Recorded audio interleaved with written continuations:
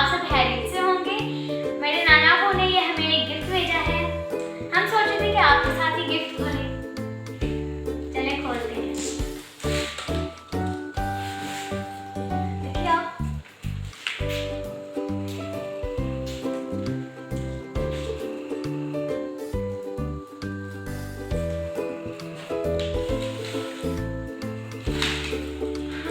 अंदर कबूतर है।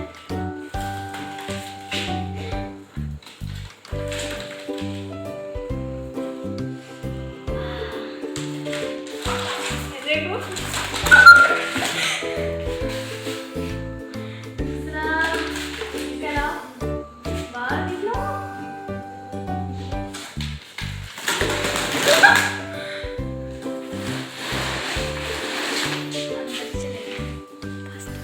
वाओ, देखें कितना प्यारा कबूतर है। मुझे भी बहुत पसंद है। और एक वीडियो आप लोगों को दिखाई भी थी जिसमें हमारे नाना लोग ने भी रखे हुए थे। मेरे पापा इनके लिए पिंजरा भी लेके आए हैं। इनको पिंजरे में डाल दें।